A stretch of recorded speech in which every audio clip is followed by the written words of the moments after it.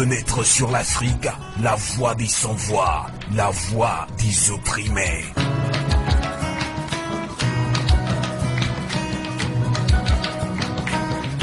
Merci de nous être fidèles sur le 3 www.canalk.ch et nous continuons ce débat panafricain.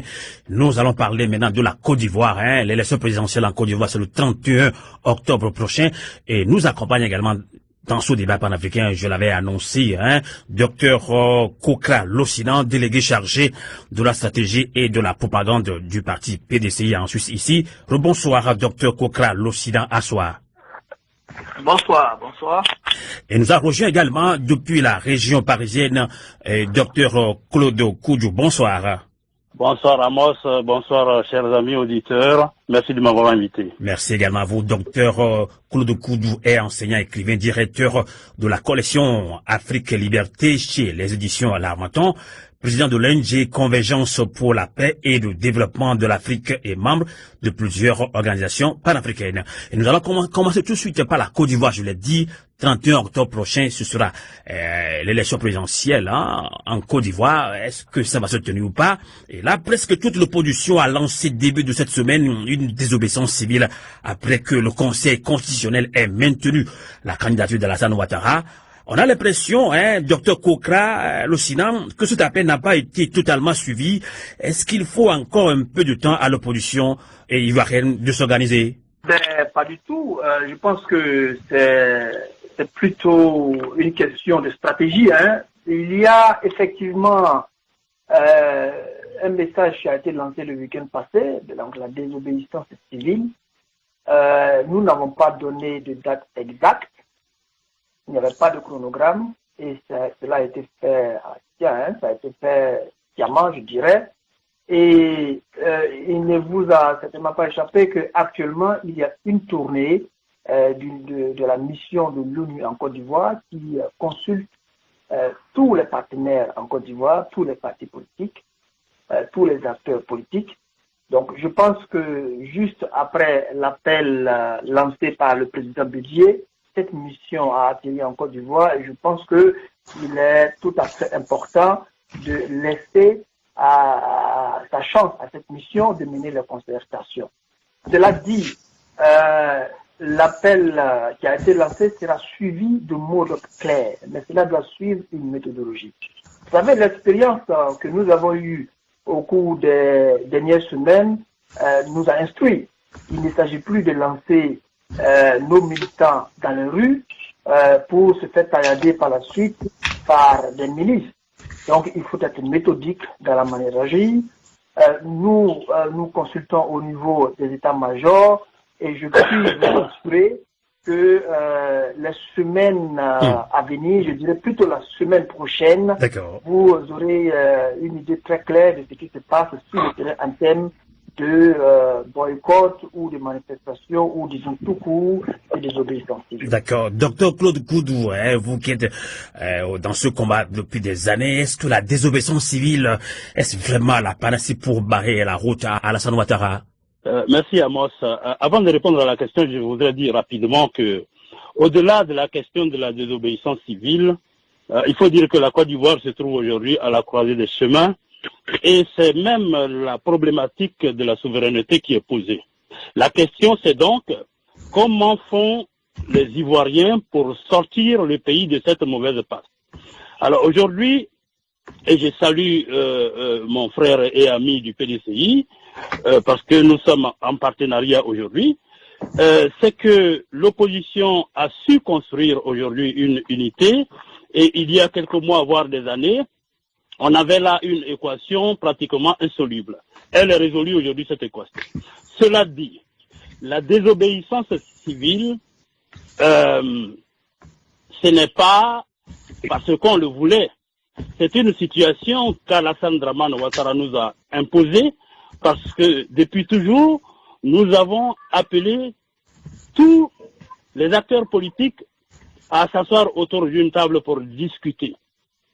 Mais ce que nous constatons, c'est que depuis les années 90, qu'Alassane Dramane Ouattara a été introduit dans la politique en Côte d'Ivoire, un pays qu'il a adopté, il faut dire qu'il a réussi à tout mettre contre lui. Et donc, comme il refuse toute discussion, il faut justement qu'on le mette hors d'état de nuire. Parce que, comme l'a rappelé mon prédécesseur, nous sommes aujourd'hui dans un pays de non-droit, un pays où le président lui-même ne respecte pas les règles, y compris la loi fondamentale.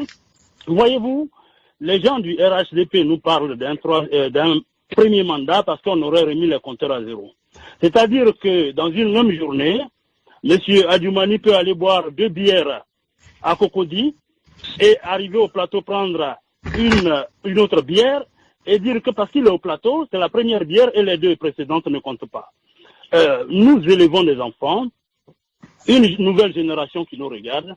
Il faut remettre les repères en place et je crois que la désobéissance civile, elle est judicieuse, comme l'a dit aussi mon prédécesseur.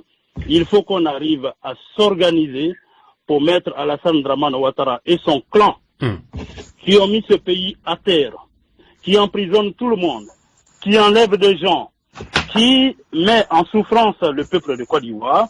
Il faut justement qu'on lui fasse comprendre que son attitude est inacceptable vis-à-vis du peuple de Côte d'Ivoire. D'accord. Et justement, je pense que nous pourrons réussir cela à partir du moment où aujourd'hui, les acteurs politiques de l'opposition ont compris qu'il faut tout faire pour sauver ce pays. D'accord. Alors, Rodrigue Aïgo, qui co-anime ce débat panafricain en ligne en direct depuis Lomé au Togo, la Côte d'Ivoire, oui, ça chauffe, ça craint. Est-ce que vous avez une question sur l'élection présidentielle en Côte d'Ivoire, Rodrigue Aïgo, depuis Lomé?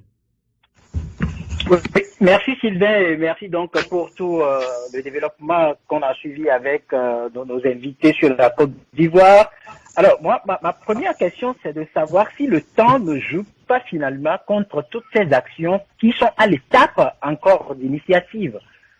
Et la seconde, est-ce que la classe politique de l'opposition ivoirienne se sent surpris par le volte-face d'Alassane Ouattara?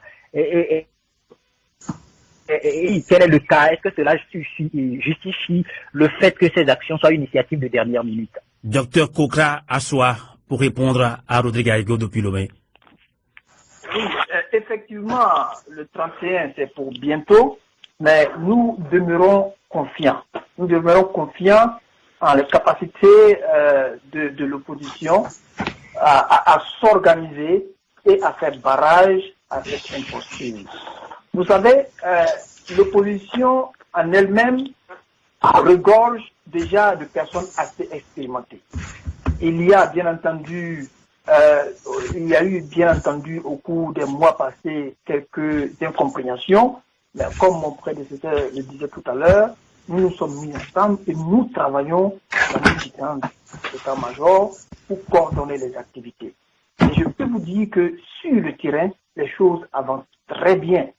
Nous nous réjouissons aussi de l'engagement du clan Soro qui a pris la pleine mesure de leur rôle et du fait qu'effectivement, même s'ils ont partagé un bon moment, les mêmes idéaux ou pratiquement les mêmes approches que le RHDP, qu'aujourd'hui, il s'agit de sauver la nation ivoirienne devant le péril. Et devant le péril, il n'y a pas de question à se poser, à cette forfaiture, je dirais. Alors, concernant la question de savoir si on n'est pas surpris, bien entendu que nous ne sommes pas surpris, puisque tout le monde, tous les acteurs politiques ivoiriens, en tout cas dans leur grande majorité, connaissent bien Alassane Ouattara depuis 1990. Voilà. Et nous étions bien entendu préparés à cette évaluation. D'accord, vous d'accord. savez, nous souhaitions rester... Avant de continuer, Docteur Kokra, je vous désolé de vous couper, avant de continuer ce débat, et pour mettre à l'aise nos auditrices et auditeurs sur le 3xW.canalk.ca, je pense que un de nos invités fait du bruit autour de lui, et ça met mal à l'aise justement à nos auditeurs qui nous font déjà signe. Alors, Docteur Kokra, continuez vos développements, s'il vous plaît. Voilà. Donc, je disais tantôt que nous ne sommes pas surpris, pas du tout. Nous attendions à cela. Il est bien clair que nous ne nous attendions pas à ce qu'il soit candidat, parce que nous ne nous attendions pas à ce que Gon Coulibaly nous quitte malheureusement. Mais nous nous attendions bien entendu à ce que Alassane Ouattara ne soit pas bien loin du pouvoir. Nous attendions à ce qu'il cherche par l'autre chemin du regretté Premier ministre Gon Coulibaly à se maintenir au pouvoir. Donc, il y a certainement, comment on appelle, je dirais plutôt, Gon n'est pas là, mais Ouattara il est là, mais c'est bien entendu le même système. Parce que en fait, le combat que nous menons, nous ne combattons pas une personne, nous combattons un système. Et malheureusement, ce système est incarné par Alassane Ouattara et nous sommes bien déterminés à continuer ce combat. D'accord. Docteur Yves Kouya-Maïso, je le dis, vous êtes un grand panafricain, vous suivez également tout ce qui se passe également en Côte d'Ivoire et presque toute l'opposition a lancé début de cette semaine une désobéissance civile après que le Conseil constitutionnel ait maintenu la candidature d'Alassane Ouattara et on a l'impression que cet appel ne prend pas comme il faut. Et la désobéissance civile est vraiment la panacée pour barrer la route à Alassane Ouattara selon vous, docteur Yves Kouya-Maïso? Écoutez, moi je vais d'abord revenir sur le fond du dossier et très rapidement. Un coup d'État a fait partir M. Bédié. Un peu plus tard, M. Bédié avait le choix entre Alassane Ouattara et M. Gbagbo. Il a choisi Alassane Ouattara. Aujourd'hui, il est de nouveau en première ligne. Il choisit un autre camp, celui de la population et l'ensemble des acteurs de l'opposition. On ne peut que accepter qu'il ait enfin compris l'objectif de la société civile ivoirienne. La deuxième chose que je n'ai pas entendue, c'est la France. La France a une base militaire très importante en Côte d'Ivoire. Il se passe beaucoup de choses là-bas où c'est plutôt silencieux. C'est quand même la France qui était là quand on a bombardé la présidence ivoirienne sous Gbagbo. C'est la même France qui a soutenu le fait que 2 mandats, ça suffit. C'est l'argument majeur qui a été utilisé pour ne pas recompter les élections au temps de Gbagbo et de Alassane Ouattara. Donc, quand Alassane Ouattara vient aujourd'hui dire que le 3e mandat, c'est prévu dans la nouvelle constitution plus ou moins qu'il a adaptée, et qu'on est maintenant dans un premier tour et non pas 3e tour, vous comprenez bien que pour aussi un juriste que je suis, il y a inconstitutionnalité de la candidature d'Alassane Ouattara. Et ça, il faut quand même que le débat se fasse. Si maintenant les moyens et le rapport de force ne le permettent pas, vous comprenez que les gens choisissent la désobéissance civile et l'organisent. Alors quand vous dites que ça n'a pas l'air de fonctionner, moi je vous inviterai à regarder plus en détail. Il s'agit bien d'une stratégie. Une mission de l'ONU est en train de venir. Les missions de l'ONU, vous les connaissez, ça ne fait que perdre beaucoup de temps.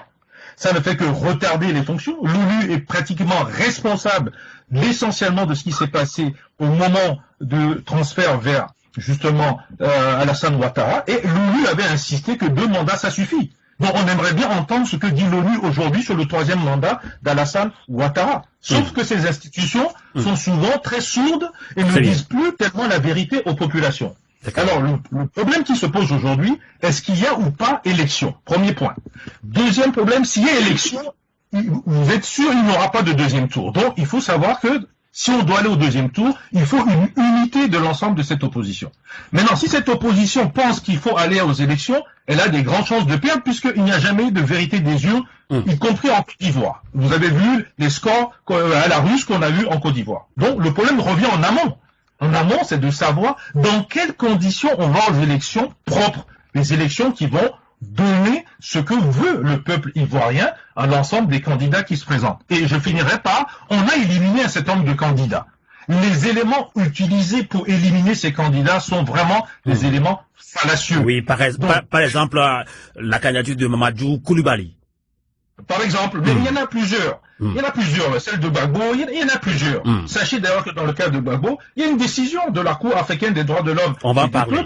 On va en parler. Justement. On va en parler.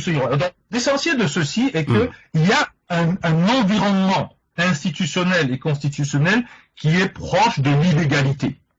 La désobéissance civile est un moyen, un rapport de force pour permettre une discussion. Et on ne peut pas exclure la France de cette histoire. Parce que tout ce qui se passe ici, c'est bien la France. Monsieur Macron a félicité Alassane Ouattara parce qu'il ne se présente pas. On aimerait bien entendre Monsieur Macron aujourd'hui dire que, écoutez, monsieur Alassane Ouattara, vous êtes en train de me mettre mal à l'aise face aux Ivoiriens d'abord et à l'ensemble de la communauté internationale. Mais c'est plutôt le silence radio de Paris, non? Exactement. Donc vous voyez bien que on a un problème avec ce troisième mandat qui reste un troisième mandat illégal. D'accord. Docteur Jean-Claude, vous avez suivi Docteur Iveco Amaïso. Est-ce que vous voulez réagir par rapport à ce qu'il a dit? On parle peu de la France dans cette histoire d'élection. La France est un petit peu trop silencieuse. Est-ce que vous lui donnez raison, Docteur Claude Koudou? Alors, merci. Notre panéliste a dit des choses très très intéressantes, mais je voudrais déjà revenir sur le facteur temps dont vous avez parlé. Il est vrai que le temps est très court, mais l'opposition, avant d'avoir son unité dans tout son ensemble, a organisé un certain nombre d'actions qui a complètement isolé Ouattara. Et comme l'indiquait mon prédécesseur, il y a une société civile aujourd'hui en Côte d'Ivoire qui met la pression. Je peux même vous parler d'un mouvement qui s'appelle Non et Non, ça suffit, lequel mouvement est très actif pour demander aux acteurs ivoiriens de ne pas aller aux élections dans des conditions pareilles. Je voudrais vous citer deux propos de la note de l'Union européenne qui dit: dans le cadre du processus en cours, l'Union européenne rappelle son attachement aux principes d'inclusivité, de liberté d'expression, de transparence, de respect de l'état de droit et des éventuels mécanismes indépendants d'observation nécessaires pour assurer un scrutin aux résultats crédibles et acceptés par.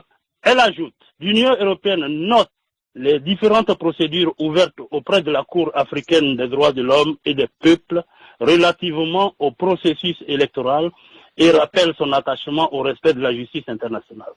Donc, il y a un certain nombre de choses qui sont opposées à Alassane Dramane Ouattara. Alassane Dramane Ouattara a fait comprendre à ses interlocuteurs, à ses soutiens internationaux, qu'il était populaire en Côte d'Ivoire.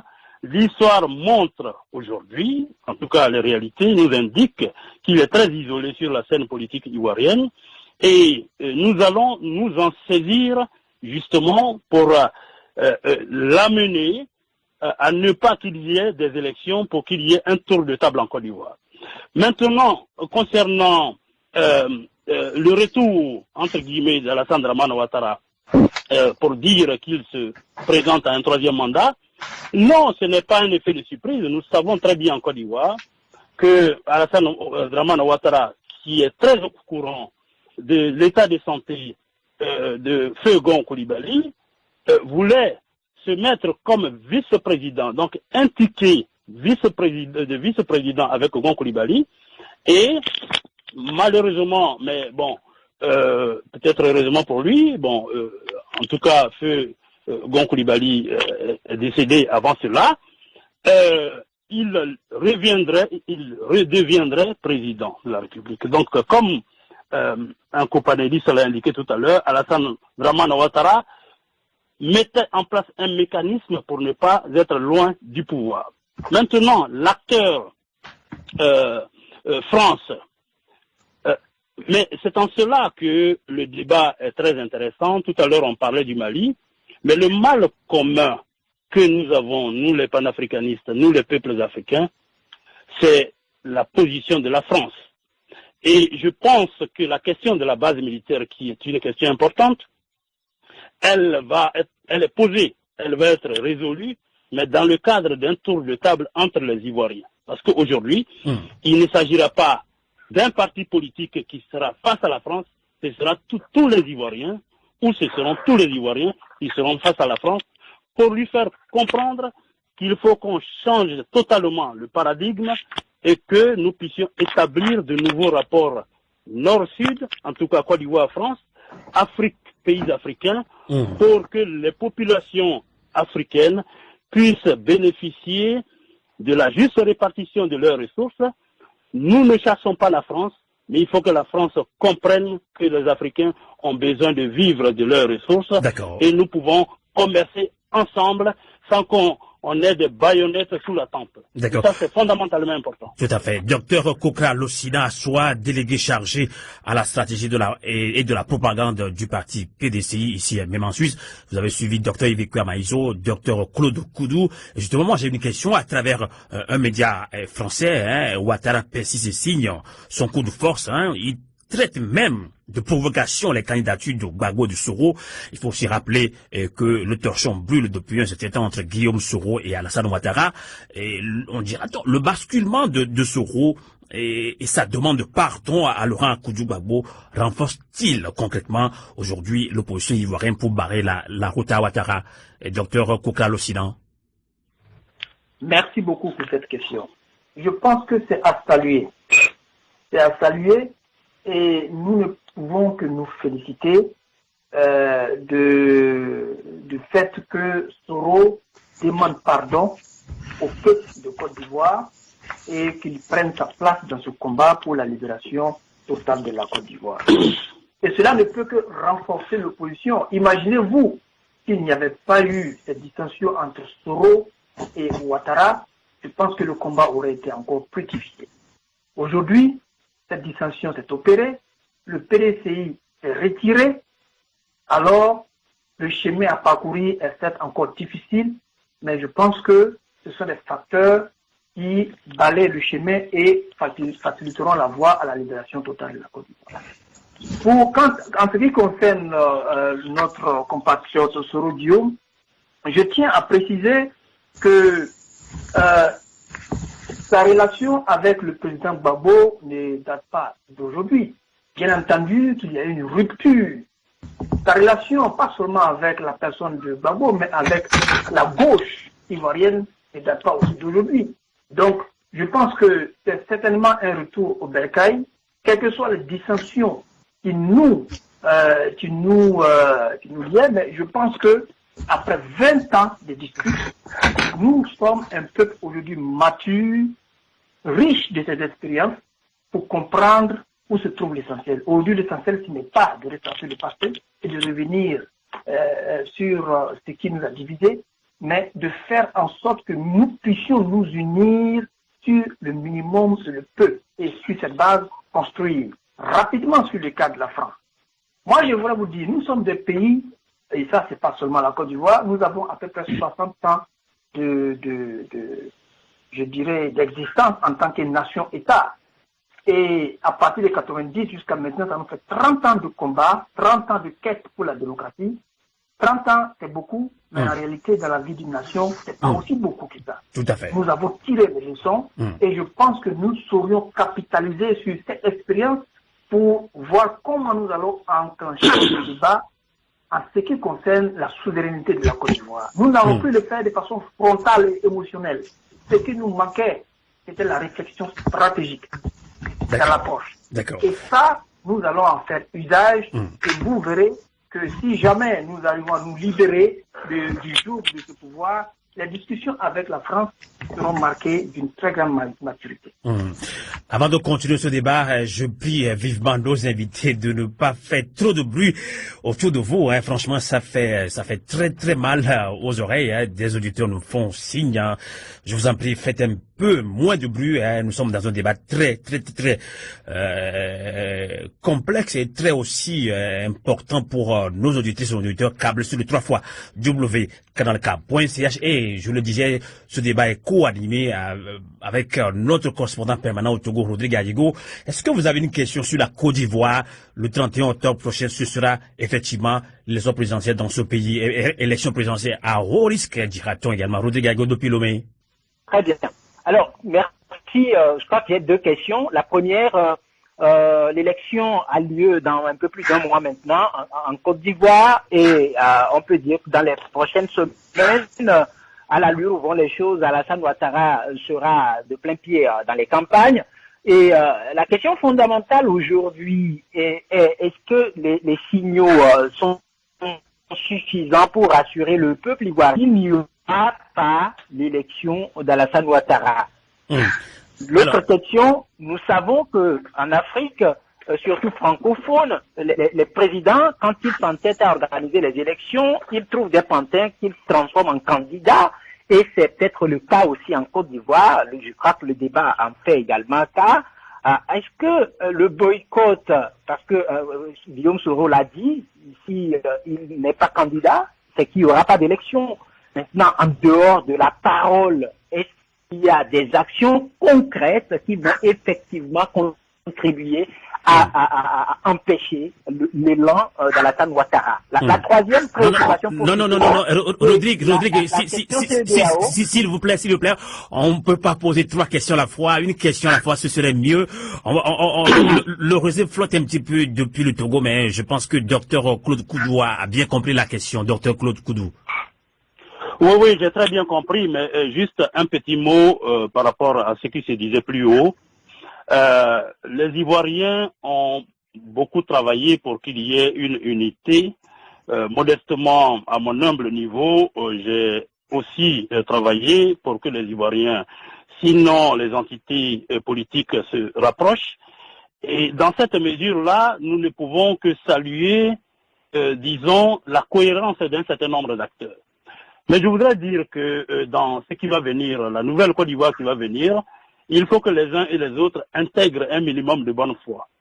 Parce que si ce sont des positions opportunistes qui amènent certains acteurs à prendre de nouvelles positions aujourd'hui, je veux dire que pour eux, ça ne sera pas gagné. Et parce que l'histoire nous regarde, ce que nous faisons depuis, tout ça est enregistré et nous avons pu voir ce que certains acteurs ont dit hier et qui se dédisent aujourd'hui. Et parce que la tontine n'a pas marché, bon, ils veulent se saisir, disons, des Ivoiriens comme témoins. Mais je vais dire, comme l'a dit mon copanéliste du PDC, les Ivoiriens sont suffisamment matures aujourd'hui pour comprendre où est leur intérêt. Après, la question de la provocation, quand Alassane Dramane Ouattara parle de la candidature de Laurent Gbagbo et de Guillaume Soro, je pense que, comme toujours, Alassane Dramane Ouattara est quelqu'un qui est très réducteur et qui a une mémoire très très courte pour ce qu'il a fait avant 2000, mais même en 2000, quand il a mis des militants du RDR dans la rue, alors qu'on venait d'élire un nouveau président. Donc, c'est quelqu'un qui a une difficulté avec la vérité au point où cette façon de faire est devenue pratiquement, excusez-moi du peu, une religion dans son parti. Cela dit, est-ce que les élections peuvent se tenir? Votre collègue, votre confrère disait tout à l'heure que Guillaume Soro a menacé en disant qu'il n'y aurait pas d'élection. Mais il ne s'agit pas de boycott. Tous les acteurs politiques, à part Ouattara, mais d'autres qui sont à l'extérieur de la Côte d'Ivoire, mais de nombreux démocrates non ivoiriens, estiment que dans les conditions actuelles, au regard du listing électoral, au regard du travail que vient de faire le Conseil constitutionnel, au regard de ce que la Commission électorale indépendante est inféodée au pouvoir, donc au regard des différents paramètres qui ne garantissent pas la transparence des élections à venir ou en perspective, on ne peut pas organiser d'élections en Côte d'Ivoire et l'opposition prendra toutes ses responsabilités, en tout cas pour que des élections ne se tiennent pas dans ces conditions-là, parce que l'opposition veut bien aller aux élections, mais si on veut justement que la Côte d'Ivoire s'apaise, si on veut que les Ivoiriens vivent en bonne intelligence, si on veut que les Ivoiriens puissent vaquer tranquillement à leurs occupations, si on veut que les Ivoiriens profitent de la juste répartition des ressources du pays, il est clair que l'organisation d'une élection de façon systématique n'est pas la solution, et la solution, c'est de voir comment on peut organiser des élections qui peuvent être acceptables par tous. Et nous le disons, cela demande forcément un tour de table.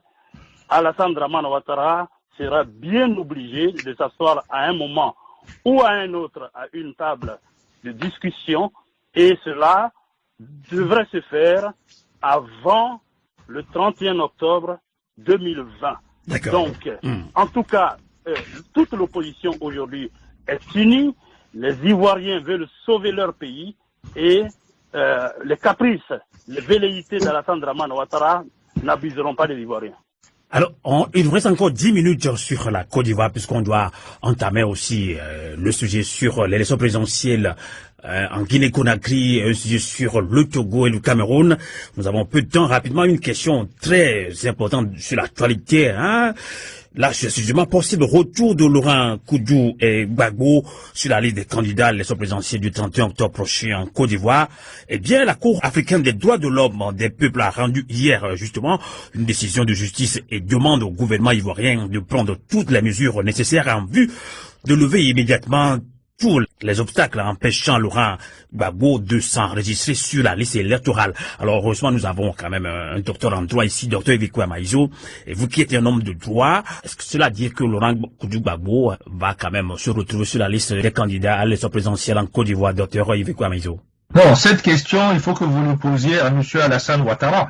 La Cour africaine des droits de l'homme a constaté quelque chose qui est illégal.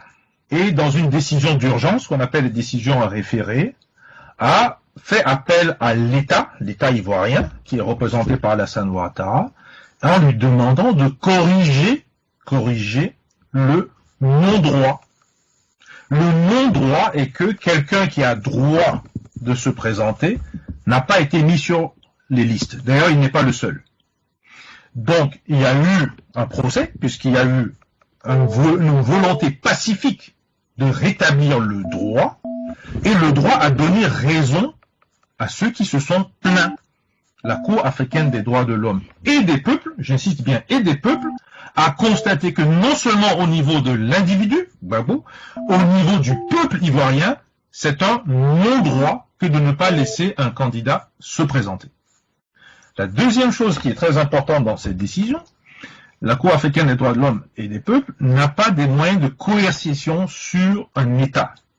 Donc, il va vraisemblablement, si l'État ne veut pas mettre en œuvre, il ne va pas dire non. Il va simplement repousser dans le temps cette décision. Donc la question revient à ce qu'on a dit depuis le début. Si vous avez le droit avec vous, ce qui est le cas, et que vous ne pouvez pas faire appliquer le droit, il reste alors à passer par la désobéissance civile. Et ça ne peut fonctionner que s'il y a unité d'une très grande majorité des acteurs politiques qui veulent un changement. Mais l'interlocuteur avant moi avait bien précisé qu'il faut faire très attention à certains acteurs qui sont plutôt dans l'opportunisme, parce que quand vous regardez, il faut le dire, la carrière de certains hommes politiques ivoiriens qui participent au pouvoir et qui lâchent le pouvoir juste pour se faire un nom, et qui l'ont fait avec plusieurs responsables politiques importants de ce pays, la question est de savoir si certains de ces candidats, M. Soro pour ne pas le citer, fait de l'opportunisme. S'il le fait, alors je pense que les Ivoiriens auront encore des surprises. Maintenant, s'il vient de bonne foi rejoindre un mouvement fondamental pour l'unité de l'opposition, pour faire en sorte que les règles institutionnelles, électorales soient propres, pour que ces élections déterminent à qui revient de droit le vote la vérité des urnes, en fait, le vote des Ivoiriens, je pense que ce sera une bonne action. Et pour conclure là-dessus, les institutions africaines de droit, la Cour africaine des droits de l'homme et des peuples, ne sont là que pour dire le droit. Et quand ils disent le droit, la question revient à ce que je vous ai dit. La réponse reste dans la main de M. Alassane Ouattara. Est-ce qu'il respecte le droit des Ivoiriens? S'il ne veut pas, et s'il pense que le troisième mandat est devenu le premier mandat, moi je rappelle que c'est en classe de CP1 qu'on apprend que quand vous arrivez au chiffre 3, vous ne pouvez pas tomber sur 1. Le prochain c'est 4. C'est vrai. Et donc, s'il veut aller vers le quatrième mandat, il faut se poser la question, parce que si vous avez un 3 qui devient 1, c'est que vous allez avoir un 2. Et donc, on est parti pour un quatrième mandat, troisième et quatrième mandat. Et le Togo l'a inauguré, ce quatrième mandat. Donc, la question est de savoir pourquoi les institutions comme la CEDEAO sont devenues silencieuses, sourdes. Pourquoi les Nations Unies qui se promènent dans le pays actuellement sont devenues sourdes sur le troisième, demain le quatrième mandat? Pourquoi la France ne dit rien sur le troisième et le quatrième mandat? Et enfin, pourquoi ils ne parlent pas de anticonstitutionnalité qui est du droit pur? D'accord. Docteur Kokla Lossina, il nous reste encore 5 minutes sur la Côte d'Ivoire. Et je le disais, une décision de la Cour africaine des droits de l'homme des peuples a rendu sa décision hier. Et justement, cette Cour demande au gouvernement ivoirien de prendre toutes les mesures nécessaires en vue de lever immédiatement tous les obstacles empêchant Laurent Koudou-Gbagbo de s'enregistrer sur la liste électorale. Est-ce que pour vous, c'est quand même un rapport de force ou si Ouattara, comme le dit docteur Yves Kouamaïzo, est-ce que Ouattara va quand même respecter cette décision de la Cour des droits de l'homme des peuples rendue par la Cour africaine? Je pense que après la décision de la Cour sur les CI locales, après la décision de la Cour sur le cas Soro, et avec cette dernière décision sur le cas Gbagbo, ça fait beaucoup. Et c'est du pain béni pour l'opposition. Nous allons nous en servir en ce qui concerne nos démarches au niveau international. Et je pense que l'un de nos panélistes l'a bien relevé, que l'Union européenne et même la mission de l'ONU a relevé effectivement qu'il était important que les décisions de ces instances internationales soient respectées. Maintenant, les institutions internationales comme l'ONU sont ce qu'elles sont. Il est bien évident que lorsque le pouvoir, disons, le rapport de force sera plus clair sur le terrain, cela va faciliter très certainement la communauté internationale, le travail de la communauté internationale. Donc je vais dire que quel que soit ce que le droit nous donne comme droit, quelles que soient les victoires que nous avons pu égrener au niveau international, au niveau du droit international, le plus important, c'est le rapport de force sur le terrain. Et je parle bien de rapport de force au niveau de la désobéissance civile. Nous ne parlons pas d'action militaire, mais bien d'action pacifique et civile. Et je puis vous assurer, en tant que porte-parole du PDCI, enfin délégué du PDCI chargé de la stratégie, que tout est mis en œuvre pour que, sur le terrain, au cours des jours qui viennent, le rapport de force soit effectivement en notre faveur. Et la communauté internationale ne pourra que constater et faire appliquer le droit international pour éviter, surtout là j'insiste, pour éviter qu'un nouveau foyer de tension, de violence et de déstabilisation puisse s'ouvrir en Afrique de l'Ouest. Parce qu'après tout, ce sera bien à la communauté nationale d'intervenir pour éteindre le feu. Et bien, ce serait trop tard. Je pense que tous les acteurs sont effectivement conscients de ce fait. Tout à fait. Alors, docteur Claude Koudou, que direz-vous pour conclure ce débat sur la Côte d'Ivoire, une élection présidentielle à haut risque, nous dirait-on? Docteur Claude Koudou. Oui, merci Amos. Effectivement, c'est une élection à haut risque. L'homme de droit a parlé tout à l'heure et pour à l'attention de nos auditeurs, je voudrais juste indiquer que dans l'arrêt de la Cour africaine des droits de l'homme qui a 12 pages, en tout cas, il faut dire à l'auditoire ce qui a été pris comme décision. La Cour, à l'unanimité, ordonne à l'État défendeur, 1, de suspendre la mention de la condamnation pénale du casier judiciaire du requérant jusqu'à ce que... De quel requérant? Est-ce que c'est Laurent Koudou-Gbagbo qui a porté plainte? C'est lui-même, le président Laurent Gbagbo, justement, qui a instruit ses avocats pour déposer plainte. D'accord. Et donc, c'est bien entendu avec son accord. Et donc, je disais, jusqu'à ce que la Cour se prononce sur fond de la requête principale, dit en point 2, prendre toutes les mesures nécessaires en vue de lever immédiatement tous les obstacles empêchant le requérant de s'enregistrer sur la liste électorale, et en dernière position, faire un rapport à la Cour sur la mise en œuvre des mesures provisoires ordonnées dans la présente décision dans un délai de 15 jours à compter de la date de sa réception. Alors, une fois qu'on a dit ça, voilà encore une autre mention de droit qui vient appuyer l'opposition. Et sur le terrain, le rapport de force que nous avons engagé, nous allons l'organiser pour acculer M. Alassane Dramane Ouattara, qui a un problème avec les lois républicaines, et ça, la Côte d'Ivoire ne peut plus l'accepter. Alors, d'un mot sur la bonne foi des uns et des autres. Il me semble, mais l'histoire nous regarde encore une fois, que par rapport à ce que la Côte d'Ivoire a vécu jusque-là, les différents acteurs devraient se remettre en question, et je pense que les uns et les autres se sont véritablement remis en question, et que le pardon demandé au peuple de Côte d'Ivoire ici et là serait véritablement de bonne foi pour qu'ensemble nous puissions construire une Côte d'Ivoire où il fait bon vivre, une Côte d'Ivoire où il y aurait un vivre ensemble viable, parce que ce pays naguère phare de la sous-région ouest africaine, justement, devrait se remobiliser pour qu'il y ait une stabilité dans la sous-région, parce qu'aujourd'hui, le foyer qu'il y avait au Mali, ça semble s'éteindre. Il y en avait eu au Burkina Faso, il y en a ici et là, c'est de voir comment les peuples africains pourraient, en tout cas, se donner la main pour élever collectivement leur pays, et que hier, certains ont regardé la Côte d'Ivoire couler. L'histoire nous a montré que quand ça brûle chez le voisin, il ne faut pas se réjouir.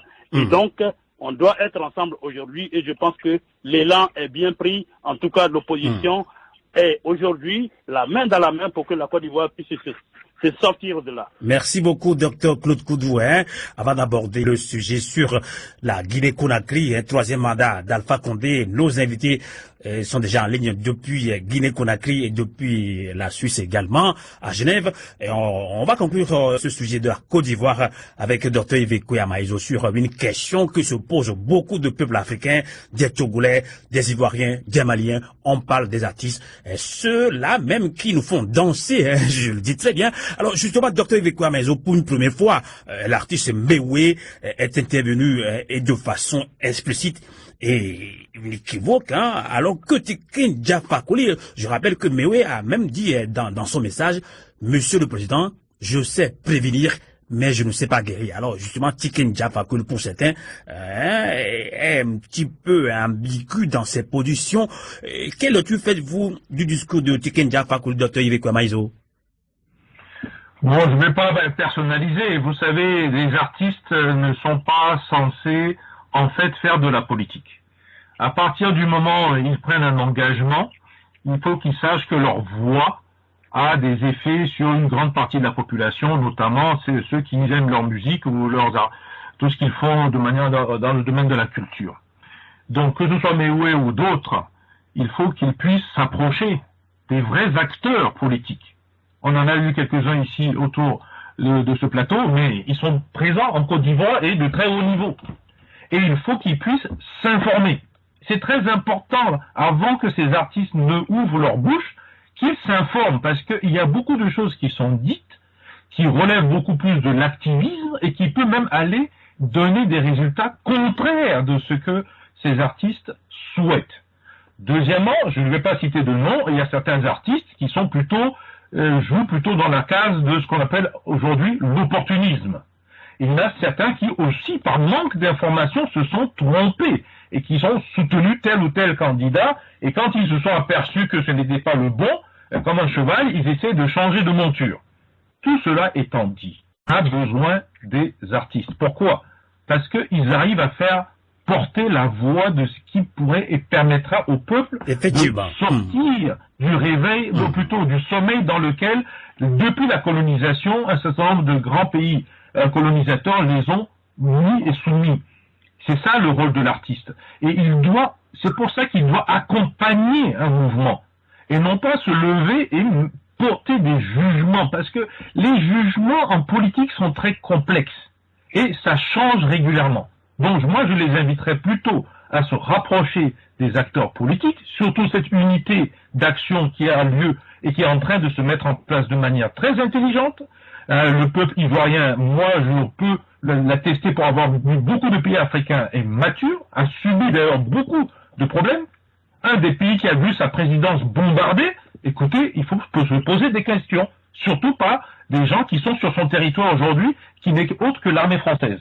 Donc les artistes doivent se rapprocher des grands hommes politiques de ce pays, suivre le mouvement de l'unité de cette opposition et devenir la voix de l'organisation stratégique, je parlais même de marketing, de l'unité des Ivoiriens pour un changement des institutions et des modes de fonctionnement. D'accord. Parce que le troisième mandat qui devient un premier mandat, excusez-moi du peu, en dehors même du droit, c'est de l'illégalité totale, mais c'est même de l'usurpation de la vérité des urnes et ce que souhaitent les peuples. Merci beaucoup, Dr Évêque Amaïso. Merci beaucoup également, Dr Claude Koudou. Je le disais, vous êtes membre de plusieurs organisations panafricaines en France, et Dr Kokra Lossina, délégué chargé à la stratégie de la propagande de PDC en Suisse. Merci d'avoir participé à ce débat panafricain sur la Côte d'Ivoire, et à très bientôt. Canal K.